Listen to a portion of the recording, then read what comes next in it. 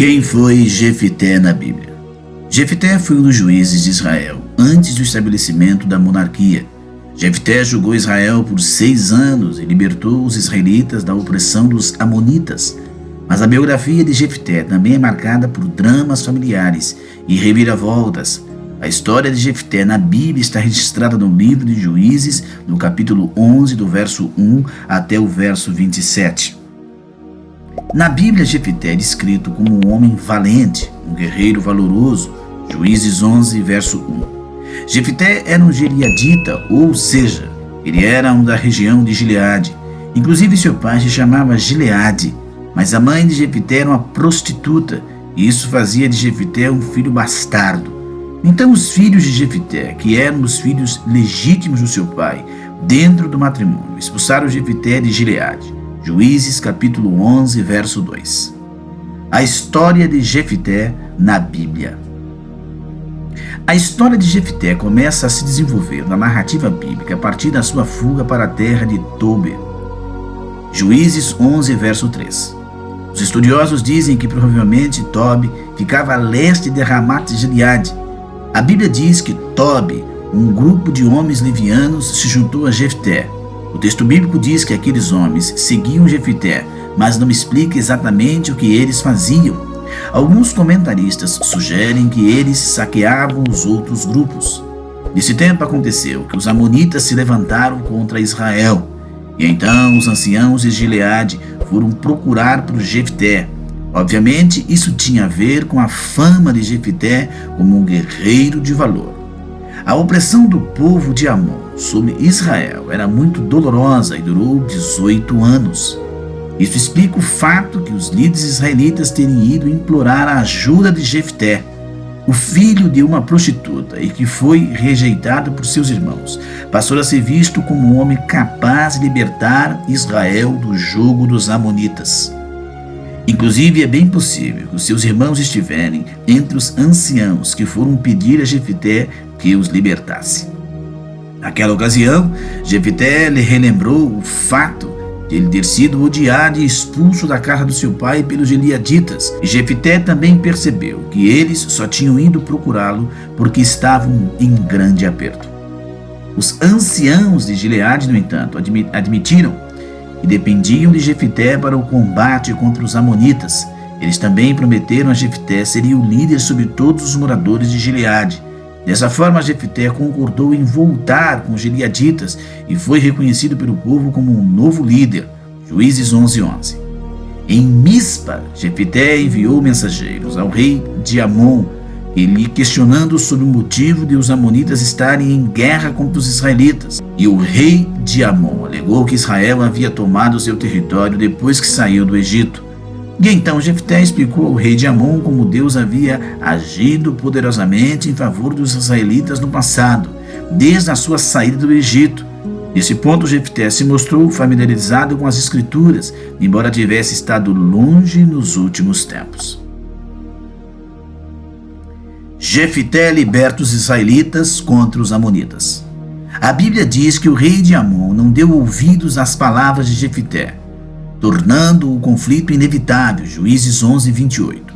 Contudo, naquele texto, o autor do livro de Juízes diz que o Espírito do Senhor veio sobre Jefté, e ele atravessou por Gileade e Manassés, porque passou até Mispa de Gileade, e de Mispa de Gileade passou até os filhos de Amon. Juízes 11:29. Nesse ponto ocorreu o evento mais complicado da história de Jefté.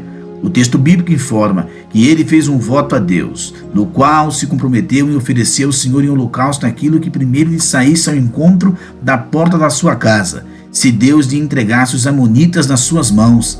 Juízes 11, verso 30.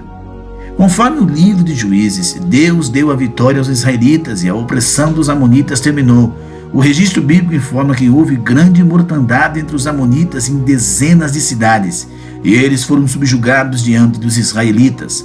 Mas quando Jefté voltou à sua casa em Mispa, aconteceu que a sua única filha lhe saiu ao encontro, e nesse momento Jefté se lembrou do voto que havia feito e ficou muito abatido. Aqui há diferentes interpretações entre os estudiosos sobre a natureza desse voto.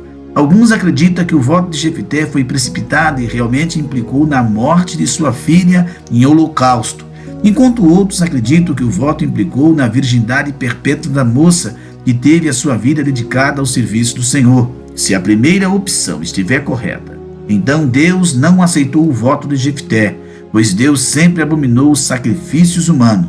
Nesse caso, Deus deu a vitória aos israelitas, mas nada teve a ver com o voto inconsequente de Jefté. O fim da vida de Jefté. Após ter derrotado os amonitas, Jefté ficou como juiz de Israel por mais alguns anos. Durante esse tempo, Jefté ainda teve que lidar com um conflito contra os efraimitas, o povo da tribo de Efraim. Acusou Jefté de deixá-los de fora do conflito contra os amonitas. Mas parece que isso não é verdade, pois Jefté tinha chamado os efraimitas antes da batalha e eles ignoraram. Juízes 12:2.